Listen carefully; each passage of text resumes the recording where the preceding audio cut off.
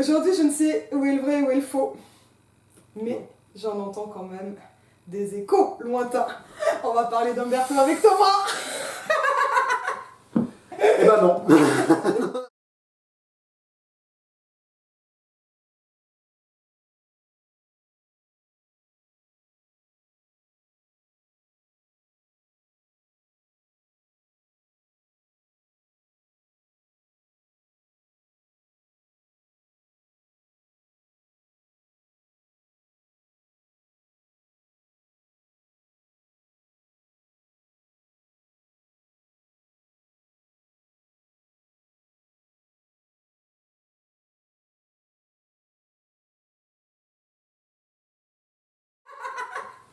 Eh ben non.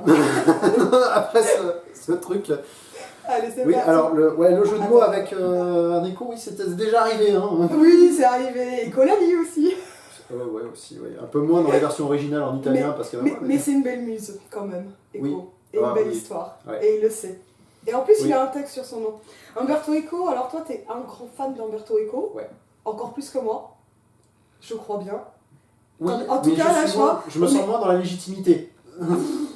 On est entouré de bouquins d'écho et en Ouais. plus, apparemment, tu les as lus, tu vois. Alors, pas tout à fait tous. Ouais. Pas tout à fait tous. Alors, j'en montre un par exemple, que je conseille très fortement, qui s'appelle Les écrits sur la pensée sur Moyen-Âge, qui est une compilation de beaucoup d'inédits. C'est un des derniers sortis en France. C'est l'un des derniers, il est je crois, posthume. Ouais. Avec en plus, alors, Attends, ça va pas forcément être très facile. Avec Zoom. pas mal d'enluminures, d'illustrations qui sont vraiment de toute beauté. C'est un travail d'édition qui est assez magique. Et c'est une compilation donc de beaucoup de travaux de toute la carrière d'Umberto Eco Il est vraiment superbe. sur voilà, la pensée du Moyen-Âge, à laquelle il a consacré Au départ, sa thèse. Hein. ouais, sa thèse et puis énormément de sa vie, à laquelle il est souvent revenu. Et alors, toi, tu me disais, et je suis vraiment d'accord, tu me disais, Umberto Eco, le truc, c'est le faux. C'est un des trucs. C'est un des trucs les plus importants pour Umberto Eco, c'est le faux. Alors, Je montre en même ouais, temps. mais non, hein. mais il était comme moi, Umberto Eco, dans le sens où il aimait beaucoup les livres. Et il en avait. Et puis, il est mignon. Voilà. Il est tout choupinou, il avait sa barbe à l'époque, quand même, sur cette photo-là. Non, il avait plus que la moustache, c'était un peu moins bien. Il était un peu triste hein, quand même quand on a su qu'il était mort. Ah putain, ouais, c'est fini quand même. Ouais. Je pense qu'il y a des trucs auxquels il n'aurait pas survécu de toute façon, quoi, parce qu'en termes d'air du faux, on est allé. Ah, il se serait amusé. Hein. Il aurait trouvé des trucs assez terribles à dire. Et en fait, comme je disais, il aimait beaucoup les livres, il en avait beaucoup, Ouais. au point qu'on lui demandait très très souvent combien il en avait. Et en fait, il savait pas trop. Et en fait, depuis son décès, on a estimé à une cinquantaine de milliers de volumes sur la plupart de ses résidences, parce qu'il en avait plusieurs. Et il y avait un point commun sur ce qu'il aimait en littérature, c'est qu'il aimait tout ce qui était faux. C'est-à-dire qu'il collectionnait surtout les auteurs scientifiques principalement, qui se plantaient. Les erreurs. Les erreurs, les scientifiques qui sortaient des théories qui finalement étaient... Et donc pas forcément du faux volontaire aussi. Non, Ça non. pouvait être du faux volontaire, du plagiat, de la Oui, volontaire, c'est ça. tous les degrés de... Il avait, faux. oui, c'est ça. Il avait même d'ailleurs beaucoup de... Dans la littérature du Moyen-Âge, il y avait beaucoup de faux. Il y avait beaucoup d'auteurs qui se sont plantés. Il a tout Aristote. Ça, c'est sûr. Et c'était un fanat d'Aristote, absolument. Alors qu'Aristote, dès qu'il a touché à la science, il s'est planté.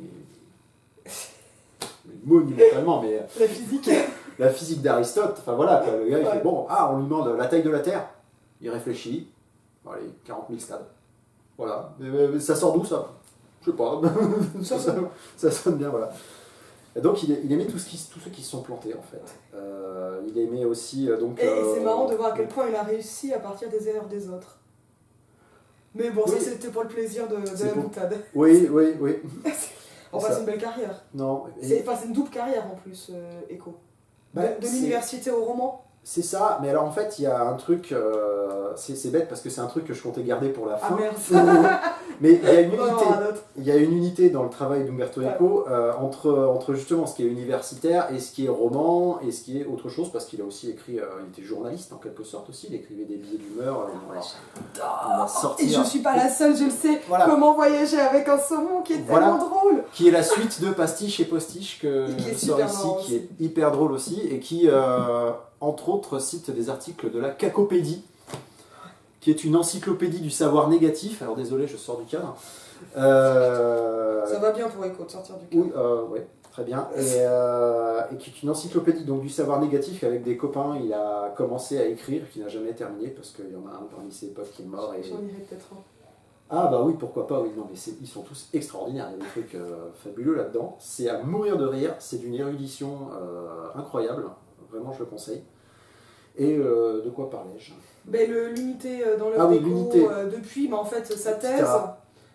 Depuis sa thèse ultra-universitaire, sur l'esthétique médiévale. Jusqu'à comment voyager Voilà. avec un saumon, ou Voilà. le pendule de Foucault, ou Voilà. l'histoire de la laideur, enfin... C'est ça. Alors en fait, c'est une lecture transversale sur le faux que je trouve assez fertile parce que justement dans ses romans, le pendule du Foucault est une histoire de la surinterprétation, est une histoire du faux aussi, une histoire des croyances mystiques, des grandes révélations, des secrets initiatiques. Tu veux bien nous raconter rapidement sans trop spoiler? Sans trop spoiler, alors je crois que Umberto Eco l'avait défini ce roman en disant C'est encore mieux. Bouvard et Pécuchet font de l'occultisme. Les personnages de Flaubert. Voilà. J'ai pas Vraiment. encore fait de vidéo sur Bouvard. Ah, sur le bon, roman. Ça va falloir, hein. Je En crois plus, que ça c'est me mon rend Flaubert préféré. préféré. Ah ouais, Ah, non, mais c'est merveilleux quoi. C'est Mais une en même encyclopédie temps, de la j'ai bêtise. tellement de collègues qui travaillent sur Flaubert que je vais avoir un peu honte. Je vais juste faire des lectures. Voilà, Voyez mes collègues. Donc c'est une. Alors c'est drôle parce qu'Umberto Eco aussi travaillait pour des éditeurs, il était lecteur, voilà. Et Expert. il connaissait très très bien le monde de la littérature, il connaissait le monde de l'édition, de l'impression, voilà, Du livre en général. du livre en général, et donc il raconte l'histoire d'une bande d'Italiens complètement doudingues qui doivent sortir un bouquin, une espèce de collection à bas prix, en fait, qui serait une espèce de compilation de tous les mythes, de toutes les mythologies, un truc qui s'appelait, je crois, Isis dévoilée, enfin voilà, où il y aurait les Illuminati, les pyramides, les francs-maçons, les machins. Et ça, c'est que c'est que des sociétés secrètes ou des religions à mystère pour Isis, Voilà. et le Zis aussi. Voilà, le culte de Et l'Isis, avec c'est- l'initiation, en fait, à chaque fois où il faut une initiation pour être C'est ça. initié, donc, Et donc il essaie pour de... prendre le secret dévoilé. Voilà, enfin, c'est une histoire de gars voilà, qui essaye de sortir un bouquin qui serait une compilation de tout ça, de tous les secrets, de l'astrologie, de absolument tout. Et ils inventent un truc, et même ils se bricolent un espèce de logiciel qui automatiquement va faire des parallèles complètement fous entre des faits historiques qui sont d'une absurdité totale, mais voilà, il y a 2-3 mots en commun, donc il y a un sens, donc il y a une signification, donc il y a un lien. Il y a même et donc- lettres, tu sais, comme dans les Ouais. analyses de la Kabbale, quand elle commence à Voilà. vraiment délirer, c'est à partir des lettres. C'est ça. Et le plus rigolo, c'est qu'ils se retrouvent dépassés par leur secret. Parce que je veux pas vraiment spoiler la fin du roman, mais Allez, quand faut même garder le secret.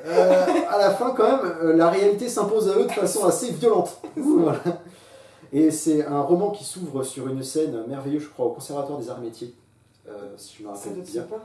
Oui, Sympa. ça se passe Qui à est un Paris, endroit fabuleux. Hein, qui qu'il est faut un aller. endroit absolument Et alors, il extraordinaire. faut voir la station de métro. Alors, c'est quelle ligne? C'est celle de la 11 qui a été décorée par Sweetan et Peter. Je peux le prononcer encore mal. Je suis moins parisien que toi. Qui est mais une station en cuivre. Elle est Ouais, extraordinaire. mais je C'est crois super. Arts et C'est la Métiers, plus belle de Paris. C'est Arts et Métiers. Bah, en fait, Direct c'est-à-dire par le que Valois. il y a Pardon. deux... Non, ça, c'est non, ça c'est autre chose.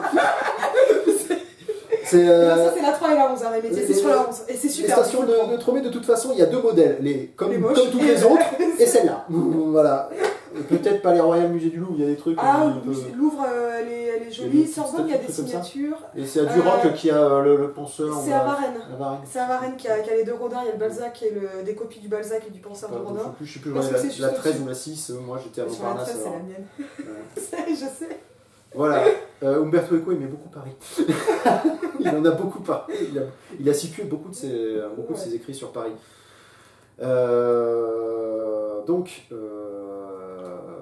Voilà. Donc le pendule de Foucault est une interprétation, est une vision du faux, en quelque sorte.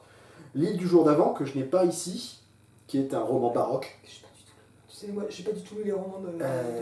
Eh ben, j'aimerais bien que tu le lises pour que Ça tu va me venir. donnes ton avis et que je Alors, puisse. Tu vois, là, être je d'accord m'étais avec dit, toi. je finis le deuxième sexe pour la prochaine vidéo et pour Non. revenir dessus, j'avais C'est envie de pas lire urgent. tout Proust. Je vais lire tout et C'est-à-dire derrière, mais un jour je serai savante. Promis. Pour moi, le livre du jour d'avant, c'est peut-être le roman que j'ai eu le plus de mal à lire, qui était vraiment très difficile parce qu'il est extrêmement référencé dans du roman baroque. En fait, c'est un roman baroque avec tous les clichés du roman baroque que je ne connais absolument pas. Je connais pas trop le roman baroque, mais j'en ai enseigné un cette année. Et voilà, il disait donc il faut qu'il y ait un frère jumeau qui disparaît, qui réapparaît, parce que dans les romans baroques, il y a toujours ça. Il faut qu'il y ait plein de topos, le pluriel de topos, je sais pas, de topoi, parce que j'ai pas fait grec. Moi non plus, mais... ça doit être ça, on va mettre un i, ça fait grec.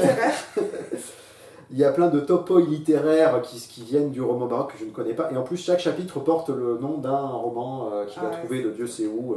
Voilà, il a fait des recherches toujours bibliographiques absolument hallucinantes.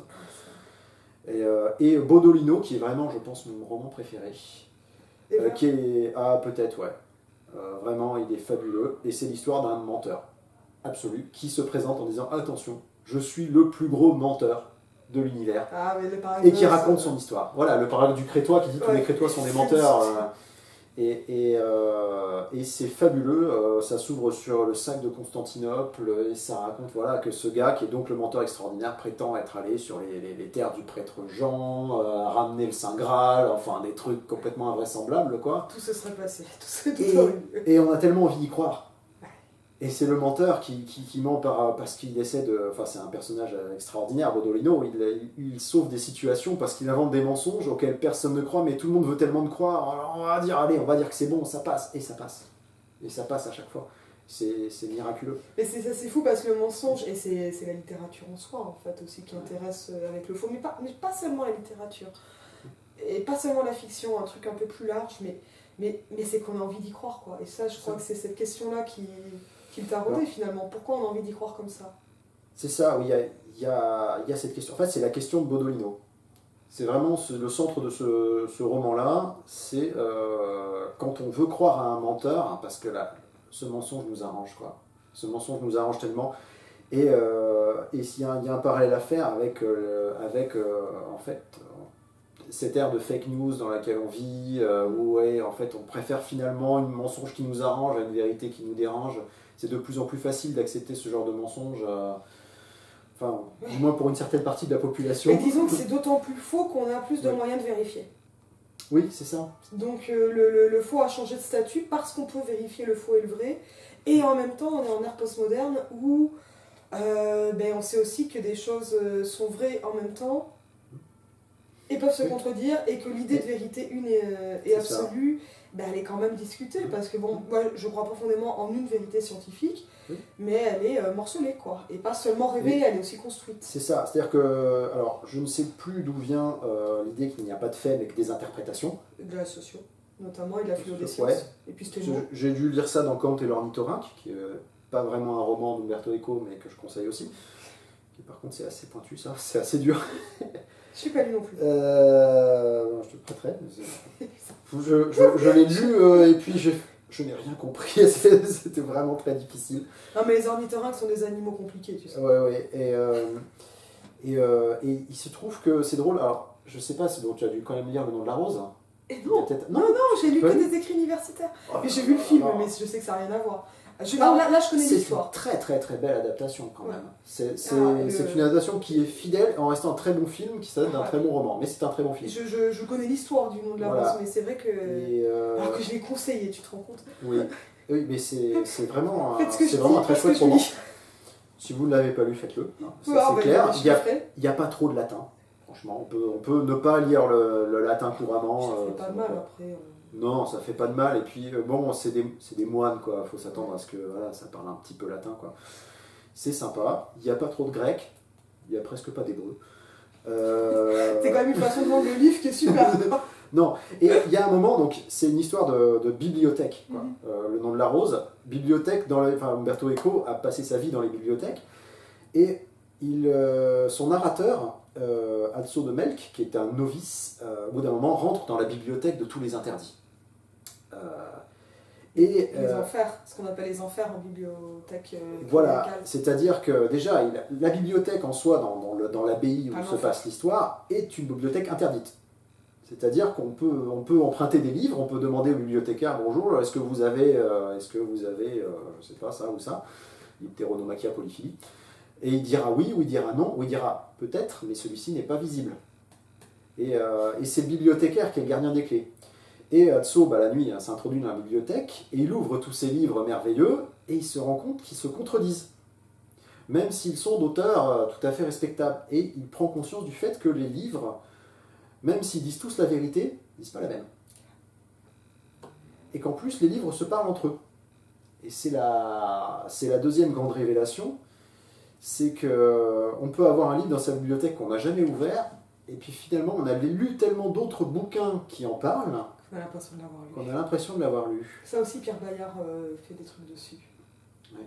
Puisque je te l'évoquais tout à l'heure. Mais... Et Borges aussi. Oui, Borges évidemment, mais c'est sur un autre sujet. Je vais arrêter sur les B, on va rester sur le E. Ouais, c'est bien. Et puis il y a les bibliothèques dont on sort, et les bibliothèques dont on ne sort pas. Borges vivait dans les bibliothèques dont on ne sort pas, alors que dans Cervantes, on sort de la bibliothèque et on se confronte au monde. Et dans tout ce qui est l'interprétation médiévale, l'esthétique médiévale, l'idée était d'interpréter le monde comme si c'était un texte, et d'interpréter le texte, le livre de la nature. texte, le grand texte sacré, comme si c'était un monde qu'il fallait interpréter avec les 4 interprétations classiques. Littéral, anagnogique, Métaphorique. La métaphorique, la eschatologique sur les fins dernières, et tropologique. J'ai fait de la littérature C'est médiévale, bien, ça, hein. mais ça date. Déjà, moi, les 4 vertus théologales, j'ai un peu du mal.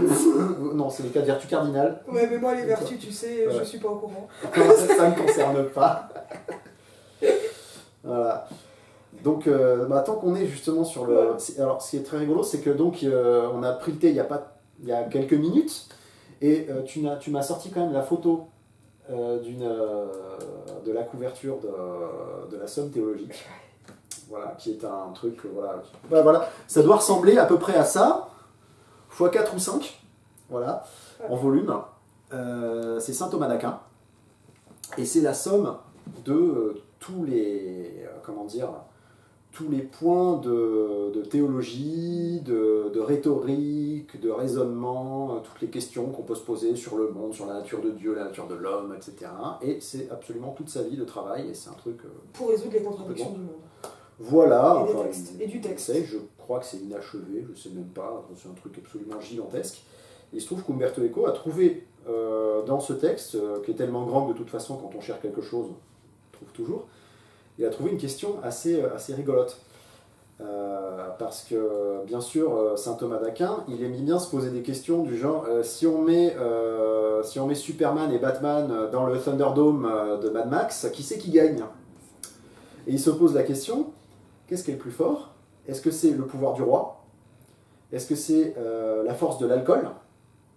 Est-ce que c'est l'attirance de la femme? Ou est-ce que c'est la force de la vérité? Alors bien sûr, il répond à cette question en disant c'est pas la même chose. On ne peut pas comparer des choses qui ne sont pas de même nature. Mais on peut comparer l'emprise que ces choses ont sur nous et notre pensée. Et, c'est les forces qu'il veut comparer. C'est ça, c'est la force, la façon dont les forces peuvent s'imposer. Quasi physiquement en fait. Physiquement. De la mécanique. Alors je ne sais plus exactement parce que c'est interprété donc, par Eco, comme quoi il disait, il connaissait très bien toutes ces forces-là parce qu'il buvait à la table du roi. Et avec une femme sur les genoux. Alors justement non, parce que je ne m'y connais pas bien en ordre monastique. Je crois qu'il était franciscain et que ses frères avaient introduit une courtisane dans sa chambre pour le convaincre de devenir bénédictin ou le contraire, je ne sais plus. Et il l'avait poursuivi avec un tison, un truc terrible quoi, pour la faire sortir. Quelque chose d'assez merveilleux. Mais il disait en gros la force de la vérité quand même c'est quelque chose de très fort. C'est quelque chose à laquelle on ne peut pas s'opposer. Et Umberto Eco rajoute, oui, mais le faux nous a fait faire plus de choses dans l'histoire que le vrai. Ouais. Parce que... Renan te dirait, rien n'est fécond sinon le bon sens, et en fait, il veut aussi dire les erreurs. Mais bon, c'est autre chose. Moi, je reviens toujours avec mon Renan. Bah oui, non, mais c'est le problème avec ces auteurs qui sont un peu touche à tout, c'est qu'on peut les faire venir n'importe où, n'importe quand, n'importe... Il faut en avoir 2-3 pour les soirées mondaines, et c'est bon, on est pareil.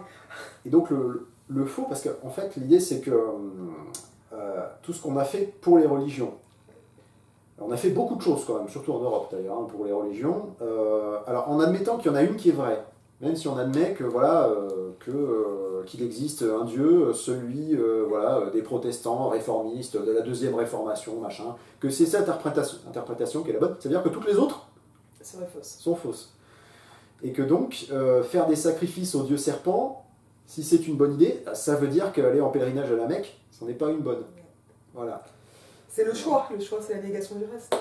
Ben, c'est ça, c'est un renoncement, de toute façon, le choix est un renoncement. Donc dans l'absolu, l'essentiel de tout ce qu'on a fait en Europe pendant le Moyen-Âge et même bien après, voilà, la chapelle Sixtine, c'est sympa quand même. Hein. C'est construit sur du vent. Une fiction. C'est construit sur de la fiction pure. Alors la réalité, elle est une structure fiction de fiction virtuelle, c'est-à-dire le degré de fictionnalité lui-même est virtuel parce qu'il ne va pas dire les religions sont fausses. C'est le degré de fausseté potentielle des religions ou le fait qu'on ne peut pas les déclarer comme vraies tout à la fois et que elles sont mutuellement exclusives. Non, parce que je veux pas dire, je n'oserais dire l'une est vraie donc les autres sont fausses parce qu'en plus je serais bien embêtée pour dire laquelle, étant donné que je ne crois pas. Voilà. Donc on ne sait pas, on ne peut pas savoir, de toute façon on ne peut pas savoir. Et quoi qu'il arrive, sur un plan purement statistique, il faut bien se rendre à l'évidence que l'essentiel de ce qu'on a construit, de ce qu'on a fait, a été fait sur des faux. Il a écrit aussi sur des documents faux, Umberto Eco. Il a écrit sur, par exemple, sur le protocole des sages de Sion. Il a sorti un texte assez génial sur l'histoire de comment on est passé de... Alors je crois qu'en plus à la base ça partait d'Alexandre Dumas, enfin c'est un truc complètement craqué comme histoire. Il y a une BD sur les protocoles de Sion qui retrace l'histoire du document, si on ne veut pas lire Eco, il y a des images. Voilà, bien je pense que c'est même plus complet en fait. De Will Eisner. Voilà. Il me semble. Et qui est très très bien. Ouais, ça a vraiment l'air très bien. Je ne l'ai pas lu moi personnellement, mais c'est une histoire complètement rocambolesque. Et l'idée, toujours, c'est que c'est un faux auquel on avait envie de croire. Donc, ou de faire croire. Et donc il a trouvé son public, et donc il a marché. Ouais. Et donc il a une vérité, au moins dans les faits qu'il a, et non pas dans la réalité du document. Et c'est là que ça devient intéressant. C'est une prophétie autoréalisatrice en quelque sorte. Je veux parler par exemple aussi de la lettre du prêtre Jean. Alors il y a sûrement des médiévistes là qui nous regardent, qui connaissent quelques-unes, je pense à une. Qui doivent connaître la lettre du prêtre Jean, qui au Moyen-Âge est un faux qui a circulé dans tous les cercles mondains, ou pas trop mondains d'ailleurs, parce qu'on en avait besoin. On avait besoin d'imaginer qu'il y avait un royaume très très loin à l'est, avec un chef d'État qui prenait par humilité le titre de prêtre, parce que voilà, c'était très bien comme ça le faisait, et que donc il y avait 100 rivières de miel, 100 rivières de lait, voilà, avec ce côté presque prince philosophe de Platon, tu vois, mais oui, complètement, voilà. Dans une époque chrétienne. Donc voilà, tous les rois d'Europe se sont dit, ah mais ça serait bien quand même s'il m'écrivait ce roi, ce prêtre, donc forcément le courrier arrivait. Ouais. Donc voilà. Ce qui est le principe du Nouveau Testament par rapport à l'Ancien. On attend la réalisation des prophéties, donc on trouve la réalisation des prophéties. C'est ça, là c'est vraiment du renom. Oui, on se fabrique nos prophéties parce qu'on en a besoin, quoi. Et donc on a fait énormément de choses. En fait, il y a énormément de choses qui ont découlé de l'existence de ces faux. Voilà, il parle du pouvoir temporel du pape, de trucs quand même super importants. Et je ne sais plus quel roi de France se disait peut-être bien qu'on pourrait avoir l'aide du prêtre Jean pour une croisade. C'était envisagé, c'est assez sérieusement, quoi. Donc, ce qui montre à quel point on y croit. Quand on en a envie, on peut n'avoir aucune preuve, mais on a besoin de croire à ces choses-là, quoi. Donc le faux a souvent beaucoup plus de force que l'absence de vérité, en quelque sorte, que l'absence de preuve du contraire. Et l'île du jour d'avant. Oui, parce que c'est de là dont on est parti. C'est de là dont... Non, mais l'île du jour d'avant qui se base aussi sur un concept assez génial. C'est quelqu'un qui ne connaît pas très bien l'astronomie et la géographie et qui part en fait dans le Pacifique sur une espèce d'atoll paumé désert. Bon, alors ça se passe, je crois, au XVIIIe siècle, au XVIIe. Et c'est vraiment une ère d'exploration, voilà, où les cartographies ne sont pas très bien comprises. Et en fait, il se trouve que cette île est voisine d'une autre qu'on voit à l'horizon, et qui est l'île du jour d'avant, parce qu'il a calculé, comme il pouvait avec son sextant, son astronome, qu'en fait, la ligne de changement de jour passait entre les deux. Et il n'avait pas très bien compris le principe. Donc il se disait, cette île que je vois, en fait, c'est celle sur laquelle je suis, mais d'hier. Donc, Il a temporalisé la carte. voilà, il a temporalisé la carte et il se dit, mais s'il m'arrive quelque chose, au moins, je pourrais nager de l'autre côté. Bon, il sait pas nager, mais voilà, je pourrais aller de l'autre côté pour me prévenir moi-même. Un paradoxe, pour voilà. résoudre le paradoxe temporel. Voilà. Mais en même temps, il se dit, mais merde, si j'y vais, Exactement. au bout d'un moment, je vais, enfin, voilà, il va se passer des bricoles, quoi. Enfin, Top. Ça me rappelle vraiment le Philémon de Fred, tu sais, ah oui, complètement. qui tombe sur la lettre A de l'Atlantique, c'est splendide. Ah oui, c'est ça. Mais ça fera que j'en parle une autre fois. Un Philémon, c'est philosophique, C'est super beau. C'est extraordinaire. C'est Philémon, super c'est poétique, c'est merveilleux, quoi. L'île du jour d'avant. L'île du jour d'avant. Et donc du faux, et c'est quelqu'un qui vit dans le faux, mais qui, oui, alors, pour le coup, a carrément en fait son repérage spatio-temporel qui se brouille complètement. oui, alors en plus, il se trouve que bon, bah, il sait pas nager, il essaie de toucher des coraux qu'il voit, il se pique, il tombe malade, il part dans un délire complètement halluciné. Donc du faux dans le faux. Oui, voilà, enfin du faux dans le faux. Tu sais qu'il a écrit un recueil d'articles, c'était paru dans le journal Espresso en Italie, qui s'appelle La guerre du faux. Ah oui, tout à fait, oui. Tu l'avais lu celui-là? Non, je crois que je l'ai pas lu. C'est Ou alors par super parcelle, rigolo. quoi, mais, C'est vraiment un recueil d'articles sur un voyage qu'il a fait aux États-Unis avec sa femme, je sais pas, dans les années 70-80, quelque chose comme ça. Et chaque article, c'est pas très long, ça fait 3-4 pages à chaque fois. J'avais trouvé d'occasion chez un bouquiniste. Je dis toujours si ça se trouve d'occasion, si c'est cher ou pas, tu sais, c'est non, mode c'est bien, étudiant. il y a des trucs chez Umberto Eco qui sont pas très faciles à trouver. Ouais. Voilà, Ça c'est dur à trouver, ça je connais. Ça, je crois que voilà, interprétation et surinterprétation. Hop. C'est au puf. C'est au puf, et je crois que c'est le premier livre que j'ai acheté de lui, et ça se voit. Il a beaucoup vécu, je l'ai amené Alors, sur comment t'es tombé dessus les plages. Parce qu'en fait, je suis tombé dessus parce que je le cherchais. Voilà, tu Voilà. vois, mais comment t'es tombé sur Eco? Je suis tombé parce que je ne sais même plus pourquoi. Je ne sais plus pourquoi. Je crois que j'avais lu un bout du Nom de la rose au bout d'un moment, et j'avais dû lire sur le 4e de couverture qu'il écrivait aussi sur la sémiotique ou un truc comme ça. Et en fait, sur l'idée de l'interprétation, et ça m'intéressait pas mal. Parce qu'en fait, à l'époque, je m'intéressais un peu plus à la philosophie de la morale, de l'éthique, de la déontologie, de ces choses-là, mais en fait, l'idée de l'interprétation du signe, du symbole, etc., ça m'intéressait pas mal aussi. Et quand j'ai vu ça, je me suis dit, tiens, ça doit être intéressant, je ne savais pas qu'il était universitaire. Ouais. T'es tombé dessus par le... Donc j'ai regardé, je pense que j'ai dû acheter dans une Fnac ou un truc comme ça, quoi. Hein, et j'ai vu le truc, bon, c'était le plus petit, c'était le moins cher, allez, bon. Et c'est le plus rare. Voilà, et alors, je sais pas s'il est vraiment rare, mais je ne l'ai pas revu. Je l'avais jamais vu. Je ne l'ai pas revu. Je savais pas qu'il existait. En fait, c'est une série de conférences, 3 essais, voilà. La conception de l'intention de l'œuvre, il y a Richard Rorty, putain, je n'avais même pas calculé, il y a Rorty. Ensuite, ouais, des théoriciens de littérature et une critique romancière qui, voilà. Et ça commence par un Coligny, c'est ça, ouais, Coligny, qui est, je sais plus si c'est un épistémologue, mais dont je vois souvent passer le nom. Pardon, je te l'enlève. Voilà, non, c'est, alors ça c'est vraiment, justement, je pense que je suis tombé sur le bon bouquin pour commencer la sémiotique. Voilà, d'ailleurs c'est la collection Formes sémiotiques. Soit dit au passage. C'est lui que tu conseillerais en premier? Si on veut se lancer, voilà. Je conseille à mes étudiants et mes étudiantes 6 promenades dans le bois du Rouen et d'ailleurs pour débuter la critique, parce que extraordinaire. C'est pas cher, ça se trouve facilement, c'est aussi des conférences. Oui. Mais là c'est vraiment pour comprendre l'interprétation littéraire aussi, de façon, j'ai envie de dire guillerette. Ouais, je crois qu'Umberto Eco est quelqu'un de guiré. Enfin, était quelqu'un c'est quelqu'un.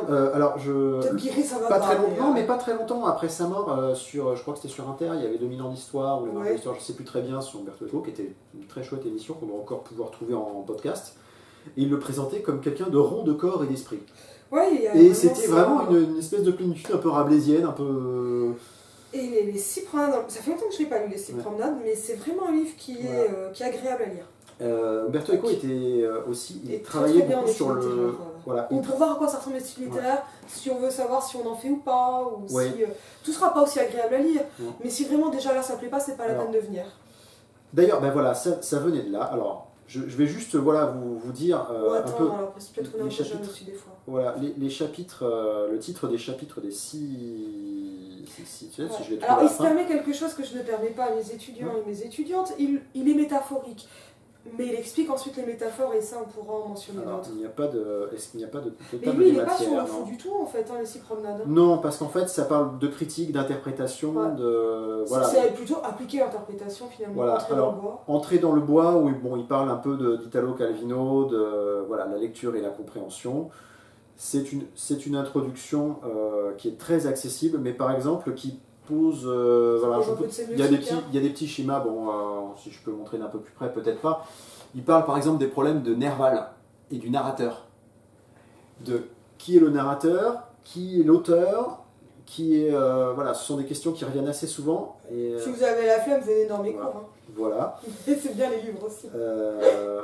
Et alors, il est toujours sur la métaphore de la forêt et du Oui, bois. Dans ce... Mais c'est une métaphore qui est ancienne et qui Ouais. reprend notamment le discours de la méthode, mais pas seulement, il a un livre tout entier sur l'arbre, Voilà. sur le symbole de l'arbre. Il y a... Donc il le fait pas de façon idiote, quoi.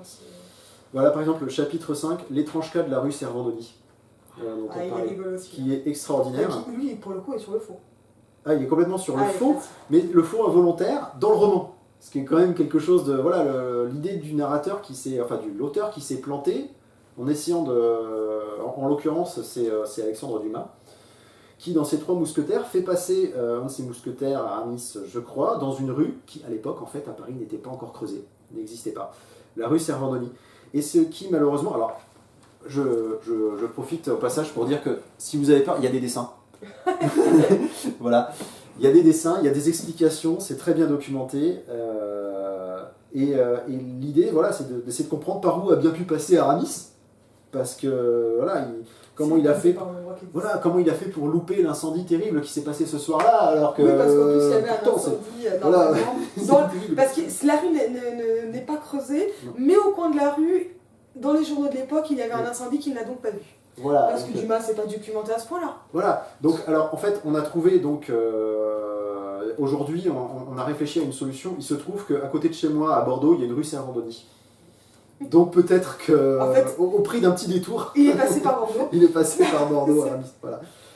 Et dernier chapitre. Et qu'est-ce que ça veut dire de la littérature, puisqu'on peut faire passer dans un roman référentiel, pour ainsi dire réaliste, Oui. ou dans un décor réaliste, un personnage qui passe par une rue qui n'existe pas. Voilà.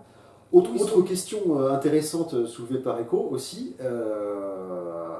si par exemple je dis que Napoléon n'est pas vraiment mort à Sainte-Hélène, on peut imaginer, il peut y avoir des preuves qui tombent, il peut y avoir des historiens qui... On parle toujours pour savoir s'il a été empoisonné ou pas, Voilà, etc. C'est toujours... Il y a encore, voilà, dans la réalité, dans le monde de la Question. réalité, on est toujours soumis au doute. Mais par contre, si je dis que dans les bandes dessinées originales, Superman et Clark Kent sont 2 personnes différentes, là on va me dire non, t'as pas bien lu. Ouais. Voilà. Donc, C'est le paradoxe de la fiction, c'est que finalement ça. quand c'est dit en fiction, c'est plus sûr oui, que la réalité, puisque C'est ça. en fait la fiction étant totalement artificielle, par principe, par principe. Et donc on suppose c'est que l'auteur... on en fait dans le monde voilà. créé. On suppose qu'au moins l'auteur ne se plante pas lui-même. Ce qui n'est pas, donc, justement, c'est pas toujours tout à fait vrai, quoi. Et il termine sur protocole fictif, sur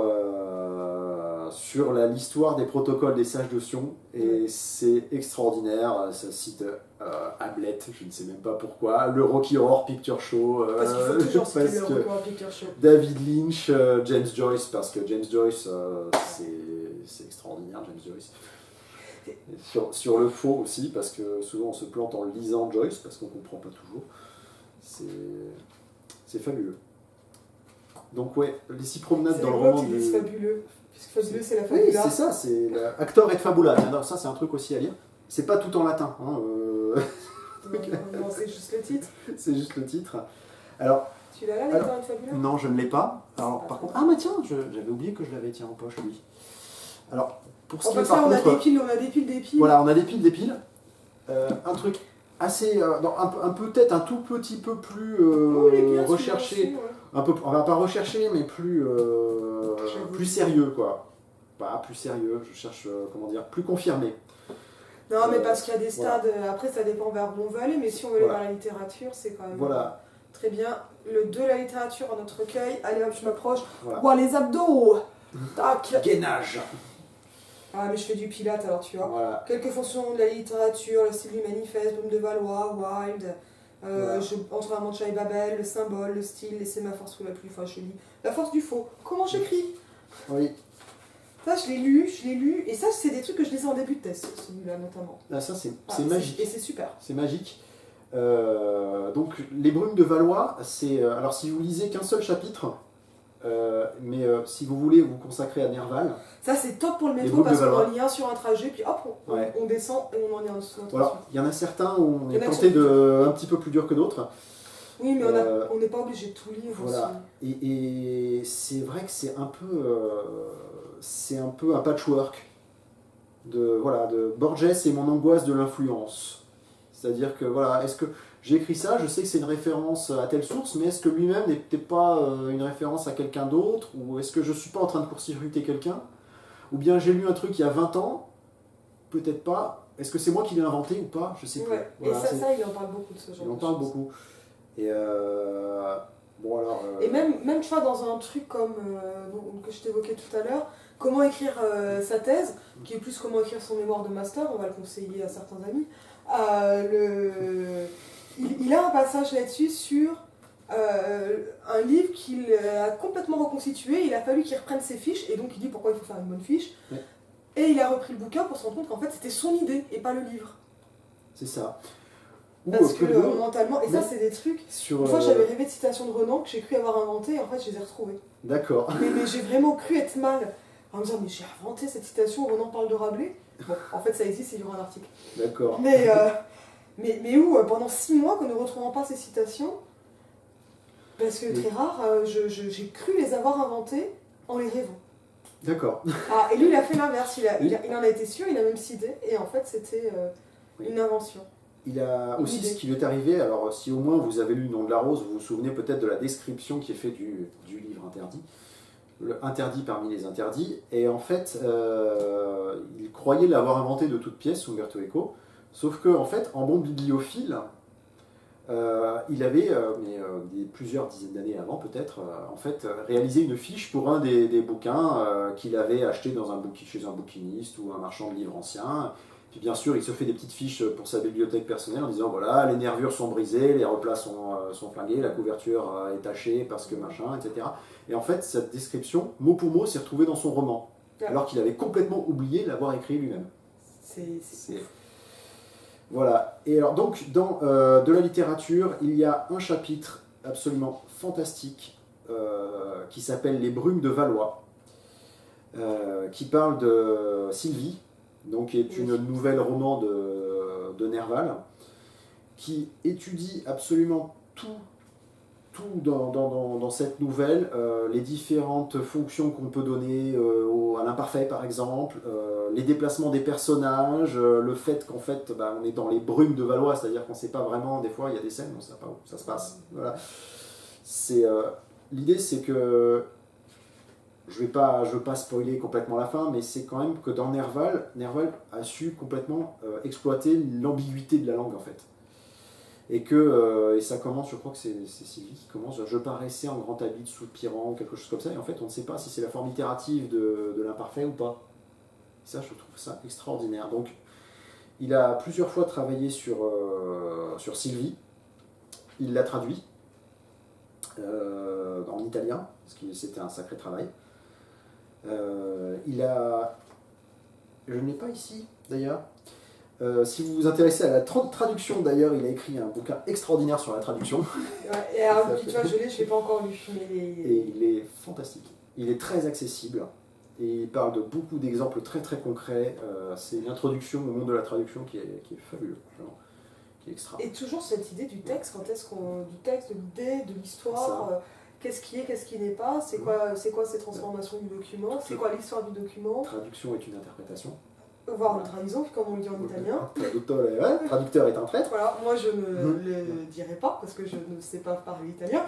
Moi non plus. Voilà. Et il y a pour les lecteurs un peu plus motivés peut-être, Kant et l'ornithorynque. C'est rigolo parce que sur le retour qu'on a, en fait, c'est écrit à l'envers. Non mais ça sera pas à l'envers. C'est pas mal. Ah, c'est bon.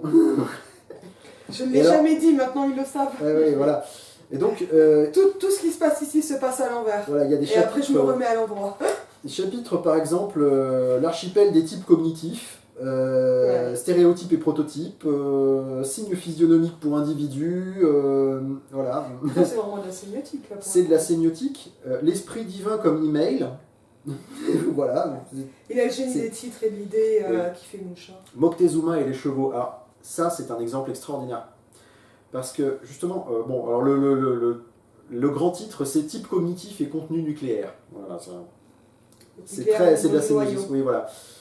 Et donc, l'idée, c'est. Comment c'est connu et comment c'est contenu, en fait. C'est ça. En fait, il parle de l'exemple de quand Cortés est arrivé avec ses chevaux en Amérique du Sud et commencé à foutre le sbeul. Il y a bien sûr des gens qui sont allés raconter à Moctezuma ce qu'ils avaient vu. Mais ils n'avaient jamais vu de chevaux. Comment décrire un cheval à quelqu'un qui n'en a jamais vu? Ah oui, un peu comme l'apologue de l'éléphant vu dans le noir par les trois sages. C'est ça, voilà.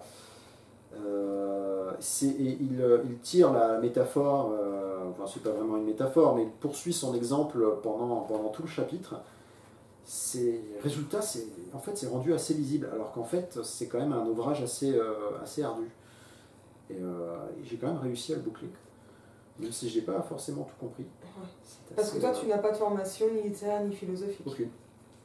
Aucune. Et c'est ce que je trouve intéressant, justement, pour parler d'éco. C'est ce qui est assez merveilleux dans Eco, c'est que, alors je ne sais plus qui disait ça, mais Umberto Eco rend heureux car il rend intelligent. Alors j'ai pas la prétention d'être devenu intelligent ou quoi, mais en tout cas ça rend heureux, je trouve. Parce que le savoir, j'ai vraiment l'impression quand on lit du Eco, on est face à une érudition énorme, mais qu'en même temps le savoir est, j'ai envie de le redire, guiré, transmis, qu'il est lui-même heureux d'apprendre et de transmettre. Il est très heureux quand il se trompe et qu'il peut le dire. C'est vrai, il adore ça. Il n'a aucune honte de ses erreurs. Bon, c'est sûr, quand on en fait pas beaucoup et qu'on a une belle carrière, on en a plus, mais c'est quand même aussi très agréable. Et puis, il y a un truc qui est quand même assez hallucinant chez lui, c'est le croisement entre culture populaire, voire vie quotidienne, et culture savante, voire obscure. C'est ça. En fait, il a un génie de la familiarisation. Je vais revenir sur Le Nom de la Rose parce que c'est le plus connu, mais c'est vrai qu'au moins si vous avez vu le film, vous vous souvenez peut-être, voilà, je crois que c'est, j'allais appeler Sherlock Holmes, c'est presque lui d'ailleurs, Guillaume de Baskerville, qui sort une paire de lunettes, et les moines tout autour de lui le regardent, qu'est-ce que c'est que ça? Et voilà. Et l'idée d'Umberto Eco, c'était de faire comprendre que c'est au Moyen-Âge qu'on a inventé les lunettes, tout simplement, quoi. Et c'est merveilleux en fait.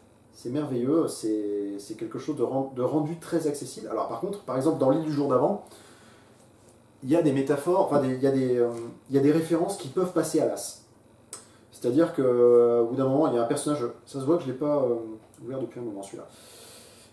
Un personnage qui est échoué sur une île, la première question qui se pose, c'est justement, est-ce que c'est une île? Est-ce que c'est un continent? Est-ce que je construis une maison? Est-ce que je construis un bateau? Est-ce que je pars le long de la rive, etc. Et en fait, c'est une référence à Jules Verne, tout simplement, à l'île mystérieuse. Alors, il se trouve que c'est mon Jules Verne préféré, donc j'ai compris la référence tout de suite. Est-ce que je n'aurais pas fait parce que j'en lis très peu, mais voilà. Sauf que pour ce petit pourcentage de références que je comprends, il y en aura sûrement mais ça, c'est pas très proportion grave. Mais l'idée, c'est que même si on n'a pas la référence, on peut tout à fait comprendre, enfin, c'est tout à fait logique pour quelqu'un qui est échoué de se dire est-ce que je suis sur une île, est-ce que je suis sur un continent? C'est une question qui est logique. Le chapitre qui s'appelle La carte du temps. N'est-ce pas merveilleux? Tu reprends Scudéry. Bah oui. C'est superbe. Ouais.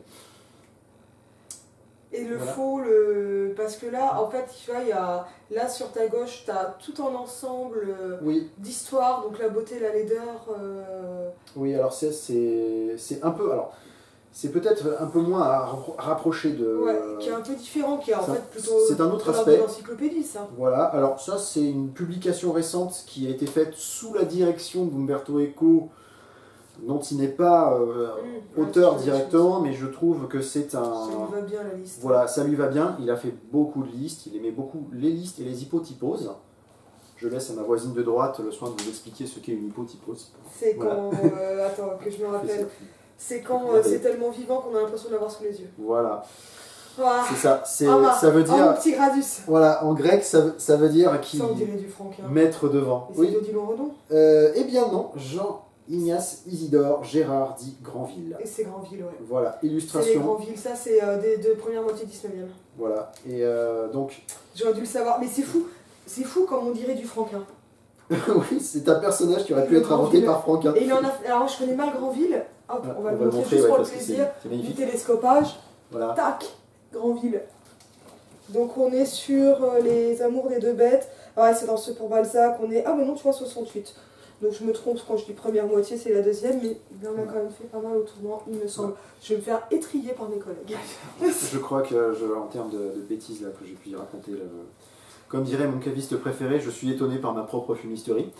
Donc, alors, toute cette série de... Alors, tout ça, c'est chez Flammarion. Hein, c'est les 4 trucs. Bon, Mais qui sont faits aussi pour être jolis. Voilà, ce sont vraiment dans la illustrés. catégorie des beaux livres.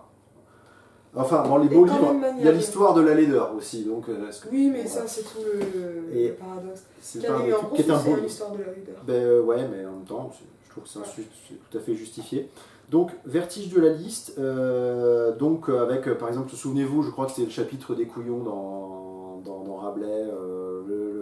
Rabelais aimait beaucoup les listes aussi. Je sais même pas que les autres ouvrages lui parlaient de listes, mais j'ai lu pas mal de choses d'écho sur les listes. Hein. Il y revient souvent. Il y revient énormément sur les listes, sur les accumulations, sur les énumérations. Et là, c'est une belle compilation qui fait des parallèles assez vertigineux, en fait. Des trucs magnifiques ici. Donc voilà, c'est... je voulais vous montrer un exemple, il faut que je le retrouve. Je ne sais plus. Ce n'est pas très grave. Entre vraiment, ça peut aller de la poésie latine aux trucs les plus modernes. En fait, c'est du Umberto Eco appliqué. C'est ça, c'est un peu ça. Et ça m'a aussi beaucoup rappelé mon livre d'histoire de l'art préféré, qui est de Gombrich, qui s'appelle, je crois, tout bêtement, l'histoire de l'art de Gombrich, qui lui aussi qui enseigne l'histoire de l'art en la prenant un peu dans le désordre. Qui n'est pas du tout de façon très chronologique en fait, en faisant justement des parallèles entre la composition des hiéroglyphes égyptiens avec je sais pas, Picasso par exemple, qui est assez merveilleux. L'histoire des lieux de légende, toujours sur cette collection chez Flammarion, qui parle donc, voilà, le paradis terrestre, les îles fortunées, je crois qu'il y a l'ultime Thulé, il y a l'île 10. Il y a tous ces lieux imaginaires, donc forcément le royaume du prêtre Jean, entre autres, qui est assez exhaustif, assez bien cité, qui a des traductions qui sont de très belle qualité, donc beaucoup sont originales. Les îles de l'utopie, ça, des utopies il y en a eu. Oui. Le pays de Cocagne, enfin voilà, ce sont des beaux livres, franchement, je trouve. Ouais.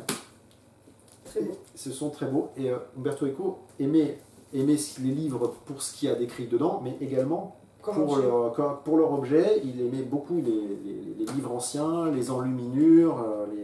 Un vrai médiéviste. Oui, un vrai médiéviste, quoi.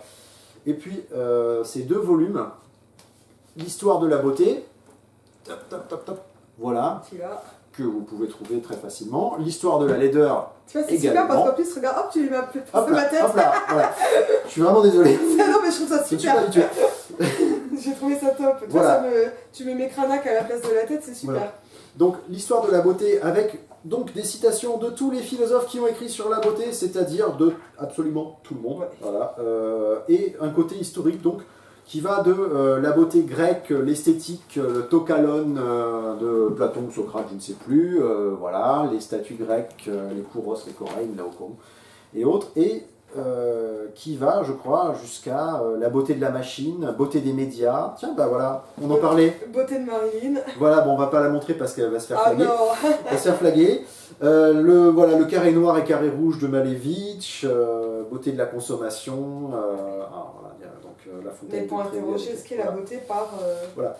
Et donc, son éclatement finalement et sa transformation. son éclatement et l'utilisation qu'on a fait de la beauté, du concept de la beauté.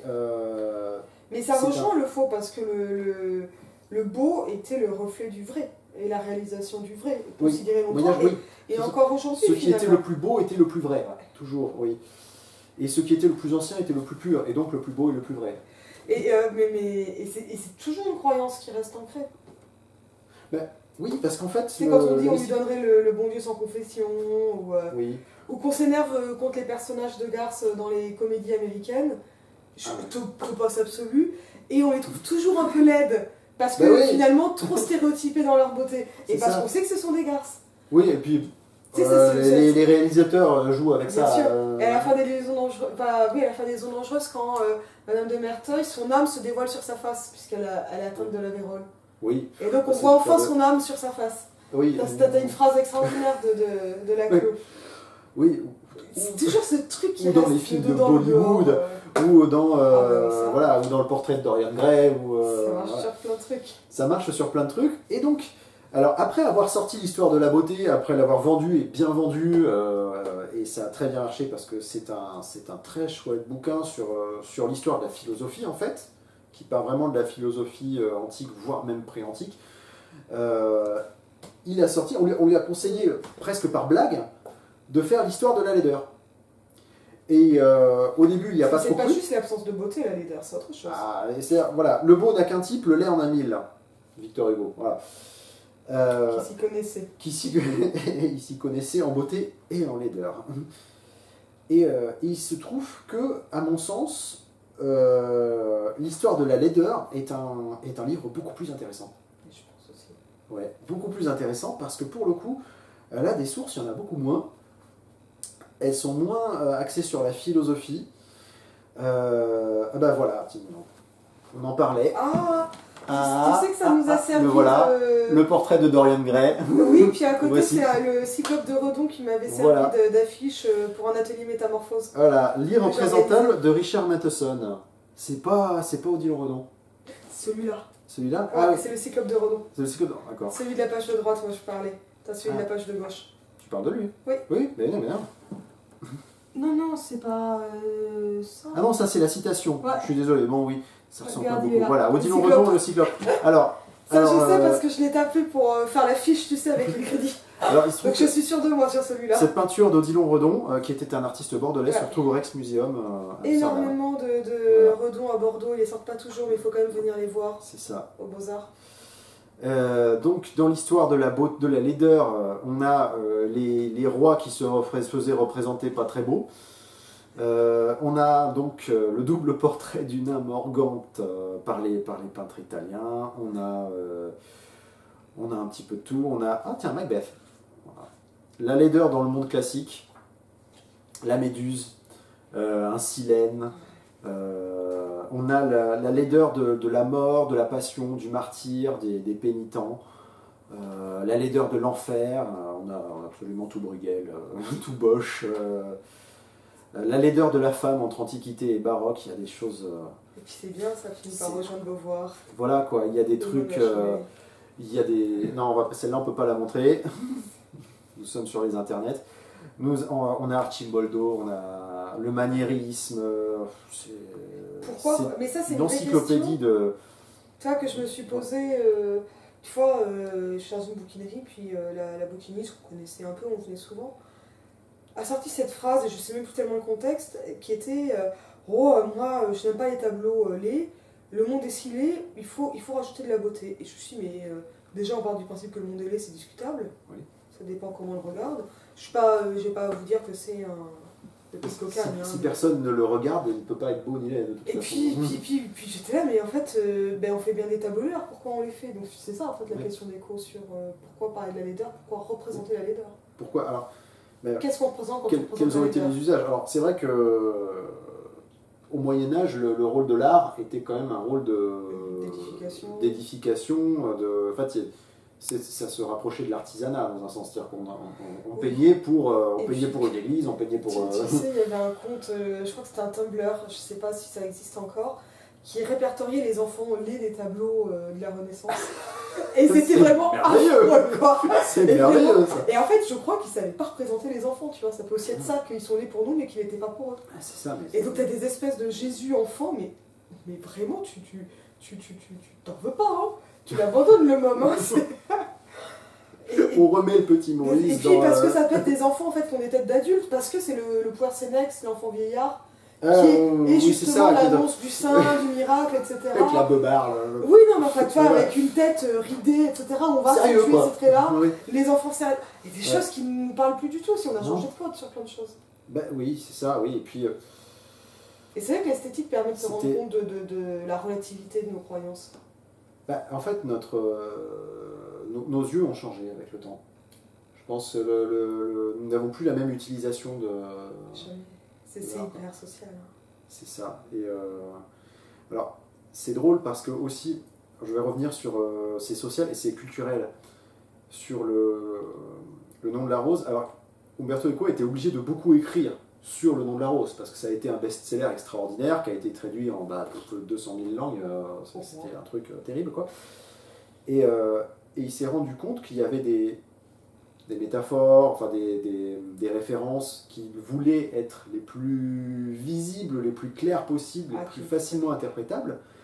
Et il s'est rendu compte que, par exemple, quand il fait commencer son manuscrit, parce que bien sûr, le nom dans la rose est une histoire dans une histoire dans une histoire, hein, comme toujours, il fait commencer le manuscrit d'Atso par « Au commencement était le Verbe, et le Verbe était avec Dieu, et le Verbe était Dieu ». Et bien, il se trouve qu'il y a des lecteurs japonais qui n'ont pas compris que ça venait de la Genèse.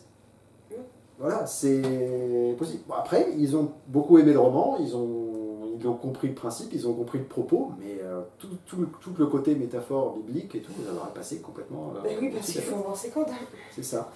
Et là, il faut vraiment un spécialiste et c'est très difficile. Spécialiste, c'est-à-dire qu'il s'adresse des fois à une culture, finalement, qui n'est pas du tout la sienne, mais c'est vrai qu'il a toujours quand même ce talent, Umberto Eco, pour être compris en... Enfin, Et puis parce que le Eco, et ça il le théorise vraiment un peu partout, ne pense vraiment pas que l'auteur ferme les sens. Lui, en fait, lui fait vraiment des romans pour la pluralité de sens, pour d'interprétation, qu'on puisse trouver plein de choses, si possible beaucoup de niveaux de lecture.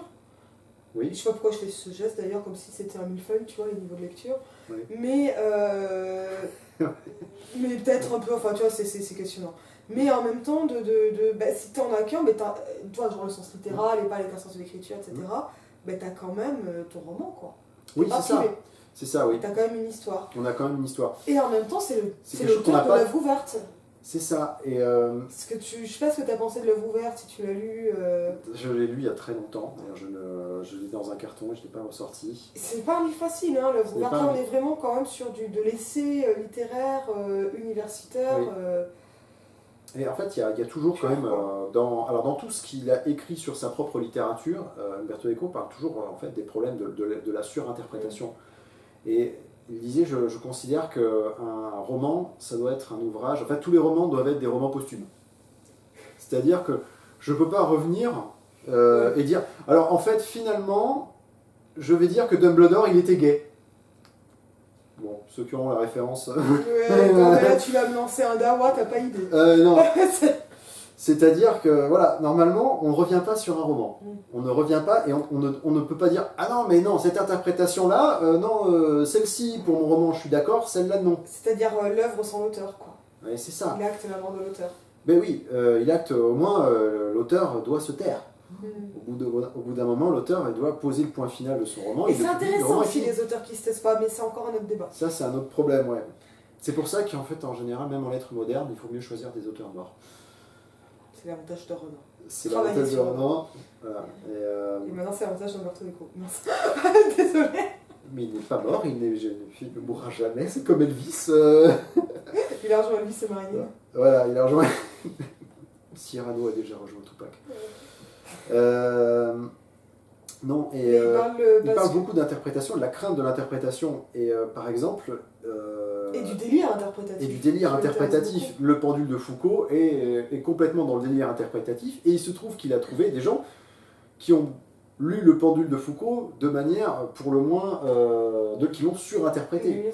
Qui l'ont complètement surinterprété. Voilà, un peu plus. Sauf que le Da Vinci Code, en plus, s'y prêtait... En fait, le pendule de Foucault est une métaphore peut-être de Da Vinci Code, j'ai l'impression. C'est une sorte de relecture, un cran au-dessus. Une méta-littérature. Voilà, c'est la littérature intertextuelle. Voilà, parler de ça, de littérature intertextuelle. Et donc, dans cette surinterprétation... Comment les œuvres se font écho. Voilà, non, mais les livres se parlent entre eux. Et donc, il disait, oui, dans le pendule de Foucault, les gens se sont dit, un personnage s'appelle Belbo, un qui s'appelle Casaubon, un qui s'appelle Diotavevi, B, C, D, et leur logiciel s'appelle Aboulafia, A, B, C, D, donc il y a une... Oui, mais à quoi ça sert? Qu'est-ce que ça... A, B, C, D, et alors, l'ordre alphabétique, le roman n'est pas une métaphore de l'ordre alphabétique. Oui, et en même temps, c'est intéressant pour quelqu'un comme Echo, mais parce qu'on peut aussi faire des signes qui n'ont pas de sens juste pour faire signe. Oui. Pour permettre une connivence, un truc comme ça. C'est ça. Et et par contre, il s'est rendu compte en plein milieu du roman, de l'écriture de son roman, que son personnage quand même s'appelait Casaubon. Isaac Casaubon, je crois, Isaac. Et puis, il s'est un peu demandé pourquoi, parce que bon, c'est un personnage a priori qui est plutôt italien, alors Casaubon, c'est pas terrible, quoi. Et il s'est rendu compte que c'était le nom d'un médiéviste de la Renaissance. Ah, merde. Ou d'un personnage, non, c'était un personnage de Middlemarch, de T.S. Eliot. Voilà. Et c'est aussi le nom, je crois, d'un médiéviste de la Renaissance ou un truc comme ça. C'est quand même étonnant. C'est quand même étonnant. Et il s'est dit, quand même, ça, j'ai pas voulu l'inventer, mais ça m'a un peu échappé en quelque sorte. C'est du subconscient quand même. Peut-être, peut-être pas. Au moins une coïncidence. Voilà. Et donc il s'est dit, mais bon, je peux pas vraiment changer mon roman. Par contre, je vais rajouter un petit dialogue. Mon personnage, il va se présenter auprès de quelqu'un. Voilà, je m'appelle Casaubon. Ah tiens, est-ce que c'était pas un médiéviste de la Renaissance? Si, mais nous ne sommes pas apparentés. Bon, je rentre le personnage dans mon roman, comme ça, a priori, je suis pas embêté. Et un bonhomme, après la publication du roman, a gentiment dit à Umberto Eco, oui, mais c'est quand même pas un hasard que le Casaubon du roman d'Eliot soit en train d'écrire un bouquin qui s'appelle La clé de toutes les mythologies. Ah merde. Et ça m'avait échappé. Et toujours attrapé. Ouais. Et après, il a écrit Les limites de l'interprétation pour rappeler en fait comment on distinguait des interprétations finalement délirantes, oui, des interprétations rationnelles qui, elles, sont celles des études littéraires, philosophiques, sans dire que les autres n'ont pas de légitimité, mais pour bien les distinguer. Oui. Alors je crois que pour lui, une des clés quand même qui justifiait une interprétation, c'est qu'une interprétation doit être fertile. Elle doit... Qu'est-ce que ça amène comme circonstance ? Voilà. Est-ce qu'elle doit amener une meilleure compréhension, ou est-ce qu'elle peut poser d'autres questions qui elles-mêmes sont fertiles ? Et alors après, il avait tiré, je crois, là-dessus une série de métaphores complètement alambiquées, comme quoi... Ça, il se fait plaisir. Comme quoi, je crois que c'était un personnage d'Ulysse de James Joyce qui était une métaphore de Jeanne d'Arc. Ouais. Parce qu'il y a un personnage qui s'appelait Blaise Boylan et que Blaise c'est un brasier, ou un truc comme ça. Et qu'elle est née à Don Rémy c'est une note, et que Blaise Boylan c'est un ténor, et que, enfin voilà, c'était complètement craqué. Et il disait, mais oui, mais qu'est-ce que je peux faire avec cette métaphore-là ? Rien, en fait, elle n'apporte rien. Ouais. Donc, même si ça marche bien, ça marche pas forcément. Est-ce que je sais dire un petit passage ? Alors, je me souviens de comment reconnaître un film porno, mais c'était pas si drôle. Comment chercher du sexe sur internet, là on sent qu'il est c'est un peu daté. Là, il est un peu daté. C'est un peu daté. De l'impossibilité de construire la carte 1 pour 1 de l'Empire. Ou comment réécrire le petit chaperon rouge, il fait 3 pages. C'est la version politiquement correcte. Hein. Comment être un Indien, c'est-à-dire que c'est les Indiens dans les films, dans les westerns qu'ils voyaient quand il était petit. Comment on pourrait revenir en arrière dans le futur ? Si on pourrait revenir en arrière dans le futur. Ouais. On prend celui-là ? Oui, celui-ci. 3 pages, ils font tous 3 pages. Alors, il y a Platon au Crazy Horse, la phénoménologie de Mike Bongiorno. Faut pas que ça soit trop long, parce que sinon... pour donner envie de le lire de façon... Non, mais celui-là, j'aime bien, là, tu vois, comment on pourrait se préparer... Attends. Comment on pourrait revenir en arrière dans le futur. Et ça s'appelle Affronter le futur. Je suis dans Comment voyager avec un saumon, ça part de la page 212 et je vais aller jusqu'à la page 214. Allez, c'est pour le plaisir du texte. Pour le plaisir du texte. Les scientifiques l'ont annoncé maintes fois, il est possible de voyager dans le temps, du moins en théorie et malgré les difficultés techniques probablement insurmontables qui font encore obstacle. N'ayant aucune qualification en la matière, je ne me prononcerai pas sur ces annonces. Cependant, bien que profanes, elles ne m'ont pas vraiment surpris, car je me rappelais que Hans Reichenbach, par exemple, dès 1956 dans son magnifique The Direction of Time, donc il n'y a pas un nom allemand en fait, moi je l'ai lu à l'allemande, mais ça c'est un vice, c'est terrible, ça. Évoquait des recherches montrant qu'au niveau subatomique, le vecteur temps peut changer de sens. Certes, la certitude que des particules peuvent voyager en arrière ou en avant dans le temps ne nous assure pas que nous serions capables de faire pareil, mais au moins cela nous laisse entrevoir une possible ouverture. Je me permets de m'arrêter pour rappeler une anecdote qu'on a eue en physique chimie quand j'étais au lycée. Une étudiante, enfin une lycéenne avait dit, donc on apprenait les degrés Kelvin et donc le froid absolu c'est 0 degré Kelvin, tout se fige. Et là, il y en a une qui a dit, mais qu'est-ce qui se passe si on descend en dessous? Et là, moi, avec mon mauvais esprit, je lui dis, ah bah, les particules, elles vont en arrière, hein. Et elle a compris. Il se passe la même chose que quand on va au nord du pôle Nord. Voilà. L'enjeu est clair. L'intérêt n'est pas tant d'aller voir comment sera l'an 3000, la Terre risque d'être en piteux état, songez à H.G. Wells, mais plutôt de voyager à rebours, et cela non pour le charme indéniable du passé, mais parce que remonter le temps laisse espérer que l'on pourrait retarder la mort. Or, le voyage à rebours n'offre qu'une alternative. Soit je reste le moi qui part, je garde mon âge et, en ce cas, même lors du retour en arrière, je vais vers mon déclin physique. Et je risque en outre de croiser le moi-même d'avant, situation embarrassante s'il en fut. Soit je rajeunis, oui mais pas trop, sous peine de n'être plus qu'une possibilité génétique dans l'ADN de mon bisaïeul. Admettons que je remonte, disons jusqu'en 1940, c'est Umberto Eco qui parle, pas moi. Je me retrouverai gamin, mais avec mon esprit d'alors, si bien que je serais incapable de profiter de l'expérience que je vivrais. Sans compter qu'à l'époque, les voyages dans le temps n'étant pas développés, je ne pourrais plus revenir vers le futur. D'ailleurs, enfant inconscient que je serais, je ne désirerais plus revenir là où je ne saurais plus être parti. En somme, de quelque côté qu'on le prenne, remonter le temps présente, tu vois là vraiment c'est quand même c'est dur, hein. Moult inconvénients. Je continue. J'ai lu, je ne sais plus où, un argument qui vient trancher ce nœud gordien. Nous sommes aujourd'hui certains de ne pas savoir voyager dans le passé, mais nous sommes sûrs qu'ils n'en seront pas davantage capables, même dans le futur le plus éloigné. En effet, si dans le futur quelqu'un pouvait, non, avait pu, non, serait capable de, non, mieux encore, aura été capable de...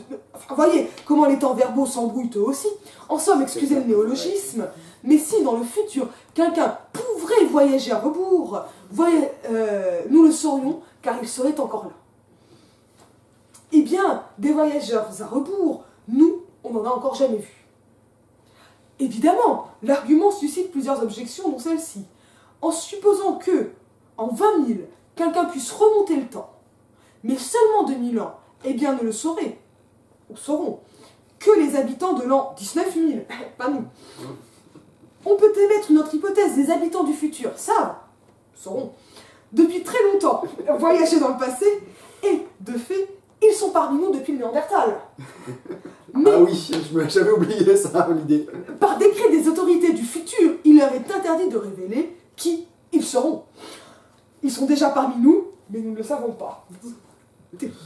Vous imaginez le regain d'optimisme que procurerait une telle hypothèse à ces politiciens et journalistes à l'affût du moindre complot et de ses causes occultes. Tous nos malheurs viennent de ces visiteurs secrets. Et si Andréotti et Cracci et Tapie étaient des leurs? Oui, Bernard Tapie, oui. Voilà, Bernard Tapie. Mais auraient-ils pu faire ce qu'ils ont fait? S'ils l'ont fait, parce qu'il est prudent, Umberto Eco. Ayant déjà lu dans les journaux du futur que tout finirait par leur procès. Alors sérieux, là, il n'avait pas la fin du procès. Parce que maintenant, nous savons que oui, il le ferait. Et si au contraire, il nous arrivait du passé? Ça marcherait pas mal. Ouais. Est-ce que vraiment, parfois, quand je vois Bernard Tapie, j'ai vraiment l'impression d'être en 50 ans. Et comment tenir pour des visiteurs du futur? Et ça, ils ne savaient pas que ce serait une émission YouTube. Mais s'il le pourrait savoir. Il le pourrait savoir. Les spécialistes est-sondage, vu qu'ils se trompent immanquablement. Et là, il n'avait pas tort. Il réalise sa prophétie. En outre, alors c'est même pas ça, parce que c'est comme la météo. Parfois, on a des bons sondages, mais on ne les croit pas. Et on retombe sur le reste. Et comment tenir... En outre, ces visiteurs du futur devraient toujours œuvrer pour le seul bien de l'humanité. En effet, s'ils commettaient d'irréparables erreurs, ils prépareraient un futur, qui sera leur présent, nous n'oublions pas, très désagréable pour eux, pas pour nous. J'en viens à l'hypothèse maximale. Ils ont toujours été présents parmi nous, et c'était ceux qui en savaient le plus long. L'inventeur de la hache en silex, Socrate, Copernic, Pasteur, Einstein, il a oublié Simone de Beauvoir et Olympe de Gouges. Des hommes, hein, Umberto? Hein? Bien sûr qu'ils étaient plus intelligents que nous. La Terre tourne, E égale MC2, tout ça, ils l'ont appris à l'école quand ils étaient petits. Bel effort. Cette considération devrait apaiser les jalousies universitaires. Seulement, il y a un hic. Si tous les génies viennent du futur, comment feront-ils? Comment auraient-ils fait pour devenir géniaux si dans le passé, personne ne valait un clou et n'était capable de leur transmettre la moindre expérience digne d'intérêt? 1995 avant l'an 2000. Ouais, oui. Alors là, moi, je ne vais pas le lire en entier parce que ça fait peut-être une petite dizaine de pages et c'est complètement illisible avec des schémas complètement alambiqués. Tu veux que je le lise? Tu veux le lire toi? Je ne vais pas le lire en entier. Ouais. Je vais juste citer sinon, donc, tu me choisis, voilà, la lecture une partie des trois chouettes sur la commode. Alors, trois chouettes sur la commode, c'est la traduction en français de Te Chibete sul Como, excusez mon italien, j'ai fait anglais première langue, ça s'entend. Qui fait qu'il s'agit d'une petite comptine que les enfants chantent en Italie pour savoir qui va se bander les yeux pour aller jouer à Colin Maillard, voilà, ou qui va aller se cacher quand on va jouer à cache-cache. Et il s'agit d'une analyse sur une dizaine de pages où on introduit Pierce, Rorty, enfin voilà, tous les autres. Tu me rappelles le volume? Alors, ça vient de Pastiche et Postiche, le premier volume, donc, dont Comment voyager est un saumon et en quelque sorte la suite. Et cela faisait partie, je crois, de la cacopédie. C'était un texte qui devait faire partie de la cacopédie. Et donc, alors je ne vais pas le lire en entier, je vais faire le début et la fin, parce que sinon c'est vraiment impossible. La littérature consacrée aux cisins de l'anonyme aux chouettes remplit maintenant un nombre impressionnant de rayons de bibliothèque, de sorte que l'historien de cette fortune critique ne peut se départir d'un obscur embarras en s'en instituant le doxographe. Mais attends faire, et si prudent et discret que soit l'hommage rendu à nos aînés, il ne sera pas inutile de reproduire ici le texte où se sont inscrites tant de différences d'interprétation, pauvres simulacres des jouissances qui y sont éludées, écriture et traces, passages insignifiants, imago, fantasmes peut-être.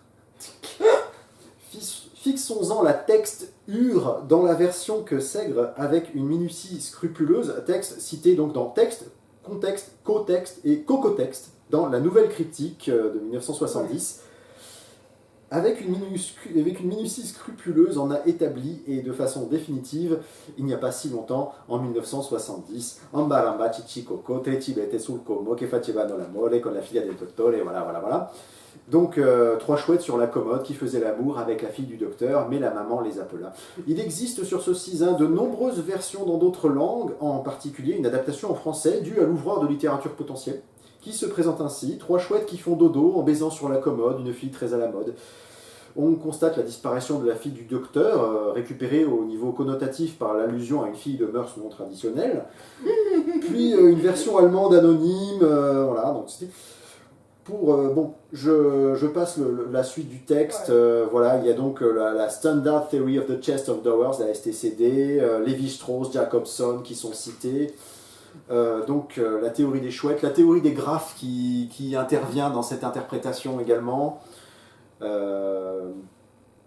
Donc il faudrait énoncer ce qui mènerait non plus à rien, observe Snoopy, Snoopy et Snoopy, sinon que le problème des chouettes devrait être réécrit ainsi: les idées vertes sans couleur dorment profondément, trois chouettes sur la commode. Cette conclusion paradoxale permit à Harold Bloom d'écrire un essai pénétrant sur la poésie comme malentendu, fournissant à Jacques Derrida l'occasion de se livrer à quelques réflexions provocatrices sur la dérive interprétative. Mais la tentative fut brisée par Quine, qui observa que si l'énoncé 3 avait dû être lu en termes de post hoc ergo propter hoc, si les idées vertes, il faudra déduire que P égale Q égale fille du docteur. Et donc, se termine après donc un truc d'une complexité qui fait intervenir... c'est le vertige de la complexité, ça monte, voilà. ça monte, voilà, et ainsi l'ambalamba initial, l'ambalamba final sanctionne en scandant un éternel retour la nullité du devenir comme irruption de l'inouï, et la mer ne fait que mettre en évidence combien l'imprévisible serait prévisible pour celui qui aurait et nourrirait la volonté d'anticiper, ante capere, pré-capturer les chouettes et leur déconfiture. C'est pourquoi, comme au début, on a encore et toujours Ambalamba, l'entier est immuable. Qu'il soit permis aux chroniqueurs de cette aventure critique de s'arrêter là, à ce stade où la chronique n'est pas tautologie du factuel, mais interrogation et dérive, condition suprême, la pause interrogative, pour que l'on puisse aller plus loin et, ce faisant, renouer avec l'origine. Et dans le dire et ne pas dire, et dans le non-dire, rester et persister dans l'identité du divers. Là où les chouettes ont parlé pour nous, ou nous pour elles, et le langage pour l'un et l'autre, ou le silence pour la parole. Aucune voix ne pourra plus se taire dans la pleine effabilité de son propre vide. C'est cela, et rien d'autre, que la poésie attend de nous.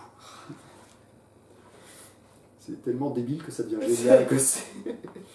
Ouais, mais Voilà, pour montrer ce qu'on peut en faire, et en même temps, ça familiarise réellement avec les théories. C'est, mine de rien, il y a la sémiotique sans Umberto Eco, moi Voilà, quoi. pour avoir lu des livres des sémiotiques, pas lui, c'est dur. Voilà. C'est vraiment dur. Et donc c'est un petit bout de texte assez génial, avec une vraie bibliographie fantaisiste, La chouette sous les monts, dans les commutations de 1968. À propos gay, le cul et le cuit, remarquant cette répétition obsessionnelle d'un morphème masculin à la fin de chaque vers, pose définitivement la question du sexe des chouettes, ainsi que celui de la fille et de la mère. Edgar Allan Poe, Sa vie et son corbeau, cité donc une citation de Marie Bonaparte, se demande ce qui serait arrivé si dans The Raven il y avait eu 3 chouettes au lieu d'un corbeau sur le buste de Pallas. C'est possible que ce soit le cas. Oui, on peut tout imaginer. Voilà. Et, parce que Bonaparte a réellement écrit sur Poe.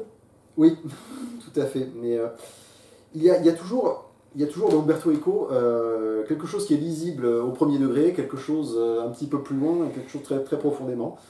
Et c'est pour ça que c'est un auteur qui peut être relu un nombre presque infini de fois. Il fait grandir, je trouve. Littérairement, c'est quelque chose qui fait vraiment beaucoup rigoler, mais en même temps, il fait beaucoup réfléchir aussi. Et il donne envie de lire d'autres auteurs aussi. Parce qu'il parle de plein de choses. Il parle de plein de choses, et puis il en parle tellement bien que tout devient joyeux, quoi. Tout devient... On peut conclure en disant que c'est un gai savoir. Ah, c'est tout à fait un gai savoir, oui. J'espère que ça vous a intéressé, je vous dis à bientôt.